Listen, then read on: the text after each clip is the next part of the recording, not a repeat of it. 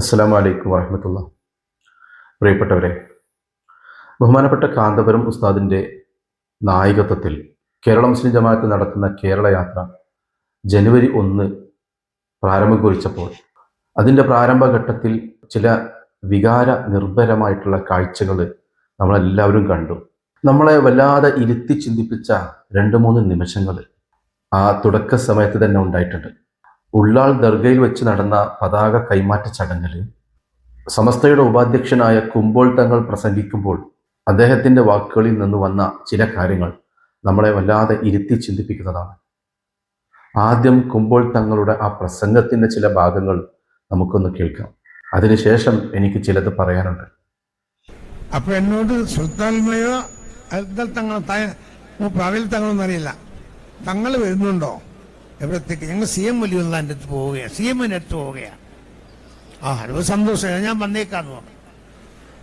ഞങ്ങൾ പോയപ്പോൾ എറണാകുളം സമ്മേളനത്തിന്റെ കാര്യം മുപ്പത് സന്തോഷത്തോടെ എത്തിയിരിക്കുന്നു. എന്തായി എറണാകുളം സമ്മേളനത്തിനും? അതൊക്കെ നന്നായി, അത് വിജയിക്കും, നന്നായി നടത്തണം, ഞാൻ അവിടെ ഉണ്ടാകും.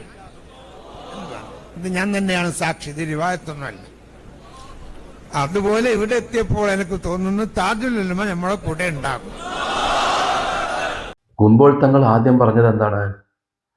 89 കാലഘട്ടത്തിൽ നടന്ന എറണാകുളം സമ്മേളനത്തിൻ്റെ സമയത്ത് CM വലിയുള്ളാനെ കാണാൻ പോയപ്പോൾ ഞാനും കൂടെ പോയി. അവിടെ എത്തിയപ്പോൾ CM വലിയുള്ള ചോദിച്ചു അത്രേ, എറണാകുളം സമ്മേളനത്തിൻ്റെ കാര്യങ്ങളൊക്കെ എന്തൊക്കെയായി?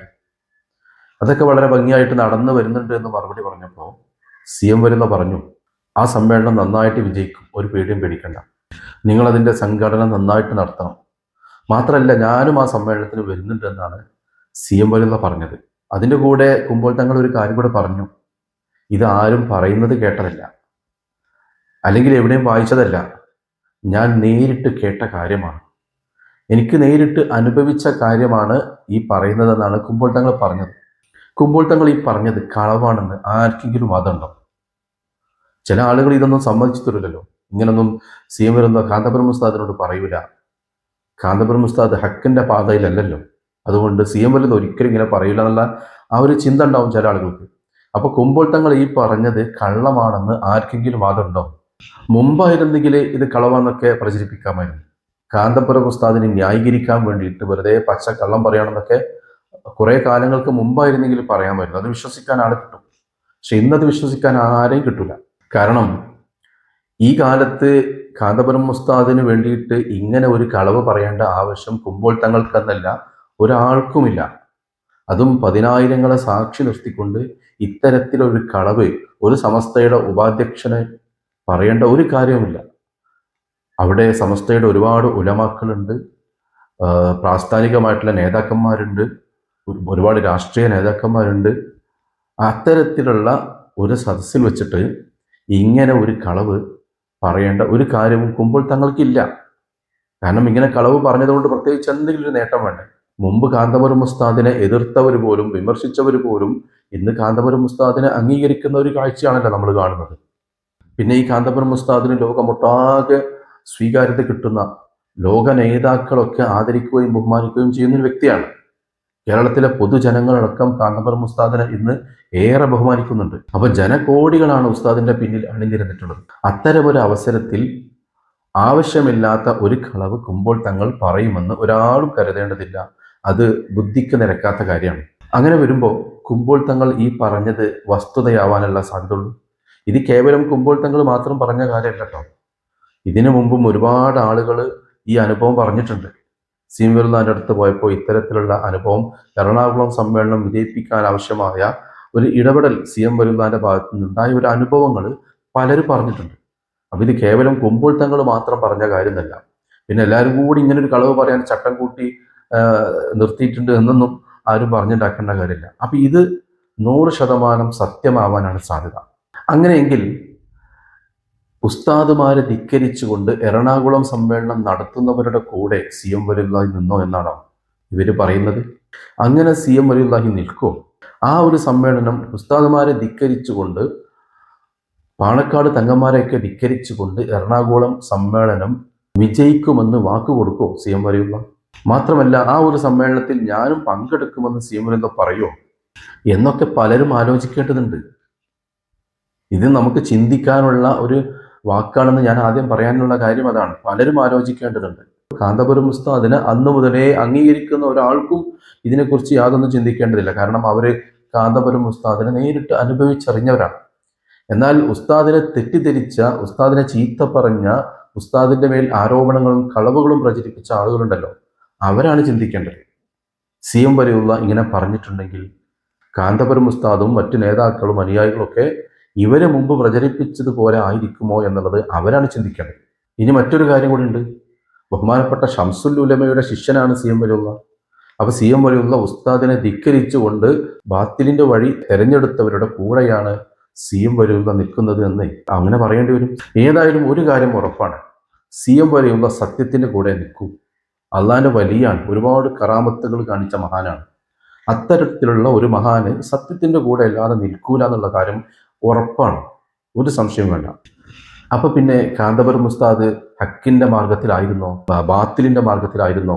ഇവരൊക്കെ പ്രചരിപ്പിക്കുന്നത് പോലെ ഉസ്താദുമാരെ ധിക്കരിച്ചുകൊണ്ട് ഒരു പ്രസ്ഥാനം രൂപപ്പെടുത്തിയതാണോ എന്നൊക്കെ അത്തരം ആളുകൾ ചിന്തിക്കേണ്ടതുണ്ട്. ഞാൻ ഈ സമയത്ത് പഴയ കാര്യങ്ങൾ പറഞ്ഞുകൊണ്ട് ഇവരാരെയും വേദനിപ്പിക്കല്ല ചെയ്യുന്നത്. പഴയ കാലത്തെ കാര്യങ്ങളൊക്കെ കുത്തിപ്പൊക്കി പറഞ്ഞുകൊണ്ട് ഒരു വിഭാഗീയത ഉണ്ടാക്കാനോ അതല്ലെങ്കിൽ അവരെ വേദനിപ്പിക്കാനോ ഒന്നുമല്ല ഞാൻ ഈ പറയുന്നത്. ഇത് പലർക്കും ചിന്തിക്കാനുള്ളൊരു അവസരമാണ്. അപ്പൊ ആരുടെയെങ്കിലേക്ക് വാക്ക് കേട്ടുകൊണ്ട് കാന്തപുരം ഉസ്താദിനെ തെറ്റിദ്ധരിക്കുകയോ ചീത്ത പറയുകയോ ഉസ്താദിന്റെ മേൽ കളവുകളും ആരോപണങ്ങളും പ്രചരിപ്പിക്കുകയോ ചെയ്ത ആളുകളുണ്ടാവില്ലേ, അവർ ചിന്തിക്കണം, ഞാൻ എന്ത് കണ്ടിട്ടായിരുന്നു, എന്ത് കേട്ടിട്ടായിരുന്നു അന്ന് ഉസ്താദിന്റെ മേൽ ഇങ്ങനെയൊക്കെ പറഞ്ഞു നടന്നത്, ഉസ്താദിനെ ഇത്രത്തോളം ചീത്ത പറഞ്ഞതെന്ന് അവർ ചിന്തിക്കണം. സി എം വലിയുള്ളവരെ കൂടെ നിന്ന, സി എം വലിയുള്ളവരെ പിന്തുണച്ച കാന്തപുരം ഉസ്താദിനെയും അനുയായികളെയും ഞാൻ അന്ന് എന്തൊക്കെയോ പറഞ്ഞിരുന്നു. പലരുടെയും കളവ് കേട്ട്, പലരുടെയും വാക്ക് കേട്ട് പല നിലക്കും ചീത്ത പറഞ്ഞിരുന്നു, കോലം കത്തിച്ചിരുന്നു. അപ്പൊ സി എം വലിയുള്ള കൂടെ നിന്ന ഒരു മഹാനെയാണോ, ഒരു പണ്ഡിതനെയാണോ ഞാൻ ചീത്ത പറഞ്ഞിട്ടുള്ളത് എന്ന് അവർ ചിന്തിക്കണം. അതല്ലാതെ അവരെ വേദനിപ്പിക്കാൻ വേണ്ടിയിട്ടല്ല. ചിന്തിച്ചിട്ട് അവർക്ക് പാശ്ചാത്താപം ഉണ്ടാവണം. കാന്തപുരം ഉസ്താദിനോട് മാപ്പ് പറഞ്ഞാൽ ഉസ്താദ് മാപ്പ് കൊടുക്കുമെന്നത് 100% ഉറപ്പാണ്. കഴിഞ്ഞ കാലങ്ങളിലൊക്കെ നമ്മളത് കണ്ടതാണ്. ഉസ്താദിനെ എത്രത്തോളം ചീത്ത പറഞ്ഞ ആരോപണങ്ങളും കളവുകളും പ്രചരിപ്പിച്ച ആളുകൾ ഉസ്താദിന്റെ അടുത്ത് വന്ന് മാപ്പ് അപേക്ഷിച്ചിട്ടുണ്ട്, അവർക്ക് മാപ്പ് കൊടുത്തിട്ടുണ്ട്. അപ്പൊ ഉസ്താദിന് അതൊന്നും ഒരു വിഷയമല്ല, അതിലൊരു ജാള്യതയും ആർക്കും വേണ്ട. അല്ലെങ്കിൽ എന്താ പ്രശ്നം എന്നറിയോ, സി എം വലിയുള്ളതിനെ പോലെയുള്ള ഒരു മഹാന് കൂടെ നിന്ന സ്വാലിഹീങ്ങളായ പണ്ഡിതന്മാരുടെ മേൽ നമ്മൾ ചീത്ത പറഞ്ഞാൽ അല്ലെങ്കിൽ കളവുകളും ആരോപണങ്ങളും പ്രചരിപ്പിച്ചാൽ നമ്മുടെ ആഖിറാണ് നഷ്ടപ്പെടാൻ പോകുന്നത്. വെറുതെ ഒരു ജാള്യതയുടെ പേര് പറഞ്ഞുകൊണ്ട് അല്ലെങ്കിൽ എന്തെങ്കിലും ഈഗോയുടെ പേര് പറഞ്ഞുകൊണ്ട് വെറുതെ ആഖിറ നഷ്ടപ്പെടുത്തണ്ടല്ലോ. അപ്പൊ അന്ന് ഉസ്താദിനെ അത്രത്തോളം ഉപദ്രവിച്ച ആളുകളുണ്ടെങ്കിൽ ഇന്നവർക്ക് ചിന്തിക്കാനും അതിനെക്കുറിച്ച് പഠിക്കാനും പാശ്ചാത്തപിച്ച് മടങ്ങാനുമുള്ള അവസരമാണ്. അതിനുള്ള അവസരമാണ് കുമ്പോൾ തങ്ങൾ ഒരുക്കിയിട്ടുള്ളത് എന്ന് മാത്രമാണ് ഈ അവസരത്തിൽ അതിനെക്കുറിച്ച് പറയാനുള്ളത്. ആരെത്ര ചീത്ത പറഞ്ഞാലും എന്തൊക്കെ ആരോപണങ്ങൾ പ്രചരിപ്പിച്ചാലും ഒന്നും ഉസ്താദിന് അതിൽ യാതൊരു വിഷയമില്ല.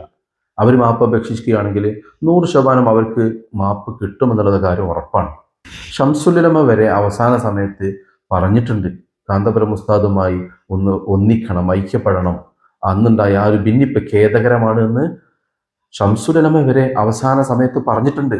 ഇത് പറഞ്ഞിട്ടുണ്ട് എന്നുള്ളത് അബ്ദുറഹ്മാൻ കല്ലായി തന്നെയാണ് എഴുതി വെച്ചിട്ടുള്ളത്. അദ്ദേഹം ഒരു AP വിഭാഗത്തിന്റെ ആളൊന്നുമല്ലല്ലോ. അദ്ദേഹം അങ്ങനെ എഴുതി വെക്കണമെങ്കിൽ ഷംസുൽ ഉലമയുടെ പേര് ഒരിക്കലും കളവായിരിക്കൂല എന്നുള്ള കാര്യം ഉറപ്പാണ്. കാരണം AP വിഭാഗവുമായി ഒന്നിക്കാൻ താല്പര്യമില്ലാത്ത ആളായിരിക്കും അബ്ദുറഹ്മാൻ കല്ലായി. ആ അബ്ദുറഹ്മാൻ കല്ലായി വരെ അന്ന് എഴുതി വെച്ചിട്ടുണ്ട് ഷംസുൽ ഉലമയുടെ അന്ത്യാഭിലാഷമായിരുന്നു കാന്തപുരവുമായി ഒന്നിക്കണമെന്നുള്ളത്, കാന്തപുരവുമായുള്ള അഭിപ്രായ വ്യത്യാസം പറഞ്ഞു തീർത്ത് ഐക്യപ്പെടണം എന്നുള്ളത്. അപ്പൊ ഷംസുൽ ഉലമ ഒന്നിക്കണമെന്ന് ആഗ്രഹിച്ചിട്ടുണ്ടെങ്കിൽ സത്യത്തിന്റെ മാർഗത്തിലല്ലാത്ത ഒരാളുമായിട്ട് ഷംസുൽ ഉലമ ഒന്നിക്കാൻ ആഗ്രഹിക്കുമോ, ഐക്യപ്പെടാൻ ആഗ്രഹിക്കുമോ? അതെങ്കിലും ഒന്ന് ചിന്തിച്ചൂടെ? അപ്പൊ ഷംസുൽ ഉലമയുടെ മഹത്വം പറഞ്ഞു നടങ്ങുന്ന ആളുകൾ ചിന്തിക്കണം, ഷംസുൽ ഉലമയുടെ അന്ത്യാഭിലാഷമാണ് കാന്തപുരം ഉസ്താദുമായി ഐക്യപ്പെടുക എന്നുള്ളത്. ഒരിക്കലും സത്യത്തിന്റെ മാർഗത്തിലല്ലാത്ത ആളുമായി ഷംസുൽ ഉലമ ഐക്യപ്പെടാൻ ആഗ്രഹിക്കൂല. അതുകൊണ്ട് നമ്മൾ ചിന്തിക്കണമെന്ന് അവരെങ്കിലും ഒന്ന് ചിന്തിക്കണം. ഇനി രണ്ടാമത് കുമ്പോൾ തങ്ങൾ പറഞ്ഞത് ബഹുമാനപ്പെട്ട താജുൽ ഉലമയെക്കുറിച്ചാണ്. അതുപോലെ ഇവിടെ എത്തിയപ്പോൾ എനിക്ക് തോന്നുന്നു താജുൽ ഉലമ നമ്മളെ കൂടെ ഉണ്ടാകും. ഇന്ന് മുതൽ ഇൻഷാ അല്ലാഹ്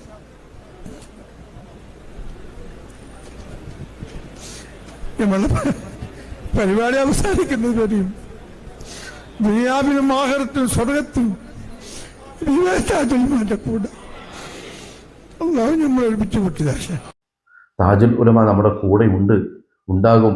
നാളെ താജുൽ ഉലമയുടെ കൂടെ നമുക്ക് സ്വർഗത്തിൽ കിടക്കണമെന്നൊക്കെ പറഞ്ഞപ്പോൾ അവർ രണ്ടുപേരും അറിയാതെ കരഞ്ഞുപോയി. കാന്തപുരം ഉസ്താദിൻ്റെ മുഖം നമുക്ക് കാണാൻ പറ്റും. സങ്കടം കൊണ്ട് തേങ്ങലടക്കാൻ കഴിയാതെ കരഞ്ഞു പോകുന്ന ആ ഒരു മുഖം നമ്മൾ കണ്ടു. അതേപോലെ തന്നെ വാക്കുകൾ കിട്ടാതെ, വാക്കുകൾ ഇടറിപ്പോയി പറഞ്ഞു പൂർത്തിയാക്കാൻ കഴിയാത്ത കുമ്പോൾ തങ്ങളെ നമ്മൾ കണ്ടു. ഇതൊരു ആളുകൾ കാണാൻ വേണ്ടിയിട്ടുള്ള അഭിനയമൊന്നുമല്ല, ഹൃദയത്തിൻ്റെ അടിത്തട്ടിൽ നിന്നുള്ള തേങ്ങലാണ് ആ മുഖത്ത് പുറത്തു വന്നത്. എത്ര വർഷമായി താജുൽ ഉലമ ഉള്ളാൾ തങ്ങൾ വഫാത്തായി പോയിട്ട്? ഇപ്പോഴും താജുൽ ഉലമയെക്കുറിച്ച് പറയുമ്പോൾ തേങ്ങലടക്കാൻ കഴിയുന്നില്ലെങ്കിൽ എത്രത്തോളം സ്നേഹമായിരിക്കും ഉള്ളാൾ തങ്ങളോട് ഇവർക്കുണ്ടാവുക. അപ്പോൾ ഒരു നിലക്കും മറക്കാൻ കഴിയാത്ത ആദരവും ബഹുമാനവും സ്നേഹവുമാണ് ഉള്ളാൾ തങ്ങളോട് ഇവർക്കുള്ളത് എന്നതിൻ്റെ ഏറ്റവും വലിയ തെളിവല്ലേ ഈ ഒരു കേരള യാത്രയുടെ തുടക്കത്തിൽ തന്നെ നമ്മൾ കണ്ടത്. അങ്ങനെയാണ് കളങ്കമില്ലാത്ത നേതാക്കൾ.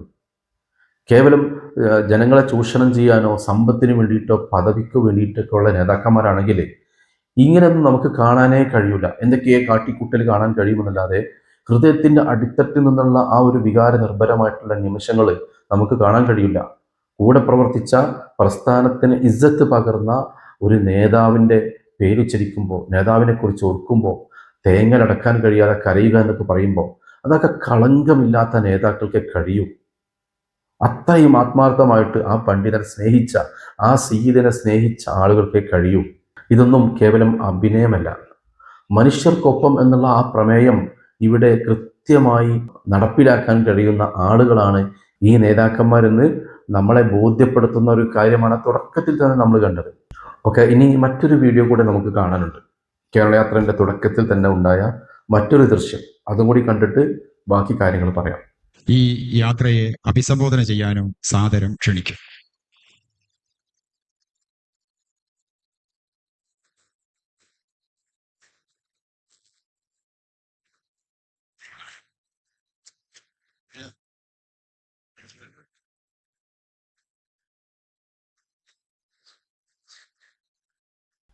കണ്ടല്ലോ, ഇത് നമ്മൾ ഒരുപാട് കണ്ടിട്ടുണ്ടാവുന്നില്ല, എന്നാലും ചില കാര്യങ്ങൾ അതിനെക്കുറിച്ച് പറയാനുണ്ട്. ബഹുമാനപ്പെട്ട ഖലീൽ തങ്ങളെ പ്രഭാഷണത്തിന് വേണ്ടി സ്വാഗതം ചെയ്തപ്പോൾ ഖലീൽ തങ്ങൾ നേരെ മൈക്ക് പോയിന്റിലേക്ക് പോവുകയല്ല ചെയ്തത്. നേരെ പോവുകയാണെങ്കിൽ കാന്തപുരം ഉസ്താദിൻ്റെ മുന്നിലൂടെ പോകണം. അത് അനാദരവാകുമോ എന്ന് ഭയന്നുകൊണ്ട് ഉസ്താദിൻ്റെ പിന്നിലൂടെ വളഞ്ഞു ചുറ്റിയിട്ടാണ് മൈക്ക് പോയിന്റിലേക്ക് ഖലീൽ തങ്ങൾ പോയത്. നിങ്ങളൊന്ന് ആലോചിച്ച് നോക്കൂ, ഖലീൽ തങ്ങൾ ഒരു അഹ്ലുബൈത്തിൽപ്പെട്ട ഒരു നേതാവാണ്, ഒരു വലിയ സയ്യിദാണ്, ഒരു പ്രസ്ഥാനത്തിൻ്റെ അമരക്കാരനാണ്, ഒരു വലിയ സ്ഥാപനത്തിൻ്റെ അമരക്കാരനാണ്, ലോകം മുഴുവൻ ആദരിക്കുകയും ബഹുമാനിക്കുകയും ചെയ്യുന്ന ഒരു വ്യക്തിയാണ്. എന്നിട്ട് പോലും ഖലീൽ തങ്ങൾ ഉസ്താദിൻ്റെ മുമ്പിലൂടെ പോകാതെ പിന്നിലൂടെ വളഞ്ഞ് മൈക്ക് പോയിന്റിലേക്ക് പോകാൻ കാണിച്ച ആ മനസ്സുണ്ടല്ലോ, എത്രത്തോളം സ്നേഹമാണ് ഉസ്താദിനോട് അവർ പ്രകടിപ്പിക്കുന്നത്, എത്രത്തോളം ആദരവും ബഹുമാനവുമാണ് ഉസ്താദിനോട് അവർ പ്രകടിപ്പിക്കുന്നതിൻ്റെ വ്യക്തമായിട്ടുള്ള ഉദാഹരണങ്ങൾ. ഇത് നമ്മളെല്ലാവർക്കും ഒരു മാതൃകയാണ്. സ്വന്തം ഉപ്പയോടും ഉമ്മയോടും പോലും ബഹുമാനമില്ലാത്ത, മുതിർന്നവരോട് യാതൊരു തരത്തിലുള്ള ബഹുമാനവും കാണിക്കാത്ത ഇന്നത്തെ തലമുറയ്ക്ക് ശരിക്ക് കണ്ടുപഠിക്കേണ്ട ഒരു മാതൃകയാണ് ബഹുമാനപ്പെട്ട ഖലീൽ തങ്ങൾ അവിടെ കാണിച്ചത്. ഇങ്ങനൊരു വേദിയിൽ ഇരിക്കുമ്പോൾ നമ്മളെ സ്വാഗതം ചെയ്താൽ നേരെ മൈക്കിൻ്റെ മുമ്പിലേക്ക് പോകും. ഏറ്റവും ബഹുമാനരായ വ്യക്തികൾ ഇവിടെ ഇരിക്കുന്നുണ്ടെന്നോ അവരുടെ മുമ്പിലൂടെയാണ് തങ്ങൾ പോകുന്നുണ്ടെന്നോ ആരും ചിന്തിക്കാറില്ല. എന്നാൽ ഈ പ്രസ്ഥാനത്തിൻ്റെ അമരക്കാരനായ ഖലീൽ തങ്ങൾ അതൊക്കെ ചിന്തിച്ചുകൊണ്ട് അവിടെ കൂടിയ ജനലക്ഷങ്ങൾക്ക് ഏറ്റവും വലിയൊരു മാതൃകയാണ് അവിടെ കാണിച്ചത്. മനുഷ്യ സ്നേഹത്തിൻ്റെയും ആദരവിൻ്റെയും മനുഷ്യത്വത്തിൻ്റെയും ഒക്കെ ഏറ്റവും വലിയൊരു മാതൃകയാണ് അവിടെ ആ സ്റ്റേജിൽ കാണിച്ചത്. കേവലം വാക്കുകളിലൂടെയല്ല, കേവലം പ്രഭാഷണങ്ങളിലൂടെ മാത്രമല്ല, തങ്ങളുടെ ജീവിതത്തിൽ അത്തരം മാതൃക കാണിച്ചുകൊണ്ടാണ് ഇവർ ജനങ്ങൾക്ക് മുമ്പിൽ അവതരിപ്പിക്കുന്നത്. നമ്മുടെ നേതാക്കളൊക്കെ ഓരോ കാര്യങ്ങൾ ചെയ്യുമ്പോഴും വളരെ സൂക്ഷ്മമായിട്ട് മാത്രമേ അവർ കൈകാര്യം ചെയ്യാറുള്ളൂ എന്നതിൻ്റെ വ്യക്തമായ ഉദാഹരണമാണിത്. അവരെ നമുക്ക് 100% വിശ്വസിക്കാം. അവർ സൂക്ഷ്മമായിട്ട് മാത്രമേ ഓരോ കാര്യങ്ങളും ചെയ്യൂ എന്നുള്ളതിൻ്റെ തെളിവാണ് അവർ നമുക്ക് കാണിച്ചു തന്നത്. മനുഷ്യർക്കൊപ്പം എന്നുള്ള പ്രമേയത്തെ അവിടെ പ്രതിഫലിച്ച് കണ്ട ഒരു നിമിഷമായിരുന്നു ഖലീൽ തങ്ങൾ നമുക്ക് കാണിച്ചു തന്നത്. കാന്തപുരം ഉസ്താദിന് എത്രത്തോളം മഹത്വമാണ് അവരുടെയൊക്കെ ഉള്ളിലുള്ളത് എന്ന് നമ്മൾ മനസ്സിലാക്കേണ്ടിയിരിക്കുന്നു. ദീനിനു വേണ്ടി സ്നേഹിക്കുക, ദീനിനു വേണ്ടി ബഹുമാനിക്കുക എന്നത് മാത്രമാണ് അവരുടെയൊക്കെ ഉള്ളിലുള്ളത്. ഇങ്ങനെയൊക്കെയാണ് കളങ്കമില്ലാത്ത നേതാക്കൾ. അതല്ലാതെ രാഷ്ട്രീയക്കാരെ പോലെ സ്ഥാനമാനങ്ങൾക്ക് വേണ്ടിയോ പദവിക്ക് വേണ്ടിയോ സ്നേഹം അഭിനയിക്കുക, ഒരുമ അഭിനയിക്കുക, എന്നിട്ട് കുറച്ച് കഴിഞ്ഞതിന് ശേഷം അവരെ കുറ്റം പറഞ്ഞുകൊണ്ട് അപ്പുറത്ത് പ്രസംഗിക്കുക, അവരെ നന്നായിട്ട് വിമർശിച്ചുകൊണ്ട് പ്രസംഗിക്കുക. ഇങ്ങനൊന്നും അല്ല ഈ സുന്നി പണ്ഡിതന്മാരെന്ന് പറയുന്നത്. അവരുടെ ഉള്ളിൽ തങ്ങളുടെ നേതാക്കന്മാരോടൊക്കെ അടങ്ങാത്ത സ്നേഹവും ആദരവുമാണുള്ളത്. പിന്നെ ഈ കേരളയാത്ര ആരോടെങ്കിലുമുള്ള വാശി തീർക്കാനോ അതല്ലെങ്കിൽ ആരുടെ മുമ്പിലെങ്കിലും ജയിച്ച് കാണിക്കാനോ ഒന്നുമല്ല, അല്ലെങ്കിൽ ജനങ്ങളുടെ മുമ്പിൽ തങ്ങളെ ശക്തി തെളിയിച്ചുകൊണ്ട് ഒരു ഷോ കാണിക്കാനോ ഒന്നുമല്ല ഈ കേരളയാത്ര സംഘടിപ്പിച്ചിട്ടുള്ളത്. ഇനിയോ 4 വോട്ടിന് വേണ്ടിയോ അധികാരം പിടിക്കാനോ ജനങ്ങളുടെ മനസ്സിൽ ഇടം പിടിക്കാനോ ഒന്നുമല്ല ഈ കേരളയാത്ര സംഘടിപ്പിച്ചിട്ടുള്ളത്. കാന്തപുരം ഉസ്താദിന് 90 വയസ്സോളം എത്തിയിട്ടുണ്ട്. മര്യാദയ്ക്ക് നടക്കാൻ പറ്റുന്നില്ല, ഇരിക്കാൻ പറ്റുന്നില്ല, ഇരുന്നിടത്ത് നിന്ന് എഴുന്നേൽക്കാൻ പോലും പറ്റാത്തൊരവസ്ഥയാണ് കാന്തപുരം ഉസ്താദിന് ഇപ്പോൾ ഉള്ളത്. ആ ഒരു അവസ്ഥയിൽ ഇങ്ങനെ ഒരു കേരളയാത്ര സംഘടിപ്പിക്കണമെങ്കിൽ അത് ഈ കേരളത്തിലെ ജനങ്ങളെ സംസ്കരിച്ചെടുക്കാൻ വേണ്ടിയിട്ടാണ്. അധപ്പതിച്ചുകൊണ്ടിരിക്കുന്ന ഒരു സമൂഹമാണ് ഇന്ന് നമ്മുടെ ചുറ്റുവട്ടത്തുള്ളത്. അത്തരം ഒരു സമൂഹത്തെ സംസ്കരിച്ചെടുത്തില്ല എന്നുണ്ടെങ്കിൽ നമ്മുടെ വരും തലമുറക്ക് അത് വലിയ ഭീഷണിയാവും, നമ്മുടെ നാട് തന്നെ കുട്ടിച്ചോറാവുമെന്നുള്ള ആ ഒരു ചിന്തയാണ് ഇത്തരം ഒരു കേരളയാത്രക്ക് അവരെ പ്രേരിപ്പിച്ചിട്ടുള്ളത്. നമ്മുടെ കേരളീയ സമൂഹത്തിൽ നിന്നും ധാർമ്മിക മൂല്യങ്ങൾ ചോർന്നു പോകാൻ പാടില്ല. മനുഷ്യത്വവും മനുഷ്യ സ്നേഹവുമൊക്കെ അവരുടെ ഉള്ളിൽ കുടിയിരുത്തണമെന്ന ആ ഒരൊറ്റ ചിന്തയാണ് ഇത്തരമൊരു കേരളയാത്രയ്ക്ക് അവരെ പ്രേരിപ്പിച്ചിട്ടുള്ളത്. അല്ലാതെ ഈ വാർദ്ധക്യകാലത്ത് ഒരുപാട് സമ്പത്ത് ചെലവഴിച്ചുകൊണ്ട് നടക്കാൻ പോലും കഴിയാത്തൊരവസ്ഥയിൽ ഇങ്ങനെ ഒരു കേരളയാത്ര സംഘടിപ്പിക്കേണ്ട കാര്യം അവർക്കില്ല. ഒരു വോട്ടും അവർക്ക് കിട്ടാനില്ല, ഒരു അധികാരവും അവർക്ക് കിട്ടാനില്ല എന്നുള്ള നല്ല ബോധ്യം എല്ലാവർക്കുമുണ്ട്. ഇനി മറ്റൊരു കാര്യം, ഇന്നലെ കണ്ണൂരിൽ വെച്ച് നടന്ന സ്വീകരണ സമ്മേളനത്തിൽ ബഹുമാനപ്പെട്ട ഖലീൽ തങ്ങൾ നടത്തിയ ഒരു പ്രഭാഷണം നമ്മളെല്ലാവരും കേൾക്കേണ്ട പ്രഭാഷണമാണ്. നമ്മളൊക്കെ ചിന്തിപ്പിക്കുന്ന തരത്തിലുള്ള ഒരു പ്രഭാഷണമാണ്. നമ്മുടെ മനുഷ്യകുലത്തിന് തന്നെ ഭീഷണിയാവുന്ന തരത്തിൽ നമ്മുടെ ഭരണകൂടങ്ങൾ എടുക്കുന്ന തെറ്റായ തീരുമാനങ്ങൾ കാരണം പിന്നീട് അത് തെറ്റായിപ്പോയി എന്ന് മനസ്സിലാക്കി ആ തീരുമാനം തിരുത്തുകയും ചെയ്യുന്ന ഒരു കാഴ്ചയാണ് ഖലീൽ തങ്ങളുടെ പ്രഭാഷണത്തിൽ നമുക്ക് കാണാൻ കഴിഞ്ഞത്. അതേപോലെ തന്നെ നല്ല നല്ല മനുഷ്യരെ വാർത്തെടുക്കുന്നതിൽ മാതാപിതാക്കൾ വഹിച്ച പങ്ക് ഉദാഹരണ സഹിതം ഖലീൽ തങ്ങളുടെ പ്രഭാഷണത്തിൽ നമുക്ക് പറഞ്ഞു തന്നു. നമ്മളെല്ലാവരും ആ പ്രഭാഷണം കേൾക്കണം, നിർബന്ധമായിട്ടും കേൾക്കണം. കേട്ടിട്ട് ചിന്തിക്കണം, എന്താണ് ഈ കേരളയാത്രയുടെ പ്രമേയം, എന്തൊക്കെയാണ് ഈ കേരളയാത്രയിൽ നമുക്ക് കിട്ടിക്കൊണ്ടിരിക്കുന്നത് എന്ന് നിങ്ങൾ ചിന്തിക്കണം. എല്ലാവരും ആ പ്രഭാഷണം യൂട്യൂബിലുണ്ടാവും, നിങ്ങൾ കേട്ടിട്ട് നിങ്ങൾ മനസ്സിലാക്കണം. അതല്ലാതെ ആരെയും ഭീഷണിപ്പെടുത്താനോ കുറേ ജനങ്ങളെ ആവേശം കൊള്ളിച്ച് പ്രസംഗിക്കാനോ ഒന്നുമല്ല ഈ കേരളയാത്ര നടത്തുന്നത്. ഇത്തരം അർത്ഥവത്തായ ചില സന്ദേശങ്ങൾ ഈ സമൂഹത്തിന് കൈമാറാൻ വേണ്ടിയിട്ടാണ്. ആ പ്രസംഗം കേട്ടാൽ നിങ്ങൾക്കത് മനസ്സിലാവും. സാധാരണക്കാരായ ജനങ്ങൾ മാത്രമല്ല, നമ്മളെ ഭരണകൂടങ്ങളെയും ഇരുത്തി ചിന്തിപ്പിക്കുന്ന ഒരു പ്രഭാഷണമാണ് ഖലീൽ തങ്ങൾ അവിടെ നടത്തിയിട്ടുള്ളത്. ആരുടെയൊക്കെയോ വാക്ക് കേട്ടുകൊണ്ട് എന്തൊക്കെയോ വിഡ്ഢിത്തങ്ങൾ കാണിച്ചുകൊണ്ട് തെറ്റായ തീരുമാനങ്ങൾ ഭരണകൂടങ്ങൾ എടുക്കുമ്പോൾ അതിൻ്റെ ഭവിഷ്യത്ത് അനുഭവിക്കുക അവിടുത്തെ സാധാരണക്കാരായ ജനങ്ങളാണ്. ഒരുപാട് കാലം കഴിഞ്ഞ് അത് തെറ്റായിപ്പോയി എന്ന് തോന്നുമ്പോഴേക്കും വലിയ ദുരന്തത്തിലേക്ക് തങ്ങളുടെ ജനങ്ങൾ പോയിട്ടുണ്ടാവും. അപ്പോൾ ദീർഘദൃഷ്ടിയോടെ മാത്രമേ ഭരണകൂടങ്ങൾ തീരുമാനങ്ങൾ എടുക്കാൻ പാടുള്ളൂ, ഓരോ പദ്ധതികളും നടപ്പിലാക്കാൻ പാടുള്ളൂ എന്നുള്ള കൃത്യമായ സന്ദേശമാണ് ഭരണകൂടങ്ങൾക്ക് അനുഭവത്തിൻ്റെ വെളിച്ചത്തിൽ ഖലീൽ തങ്ങൾ വിശദീകരിച്ചു കൊടുത്തത്. ഏതായാലും ഇനിയുള്ള ദിവസങ്ങളിലും കേരളയാത്രയുടെ വിശേഷങ്ങളുമായിട്ട് നിങ്ങളുടെ മുമ്പിലേക്ക് എത്തും. തൽക്കാലം ഈ വീഡിയോ ഇവിടെ അവസാനിപ്പിക്കുകയാണ്. അസ്സലാമു അലൈക്കും വറഹ്മത്തുള്ളാഹി.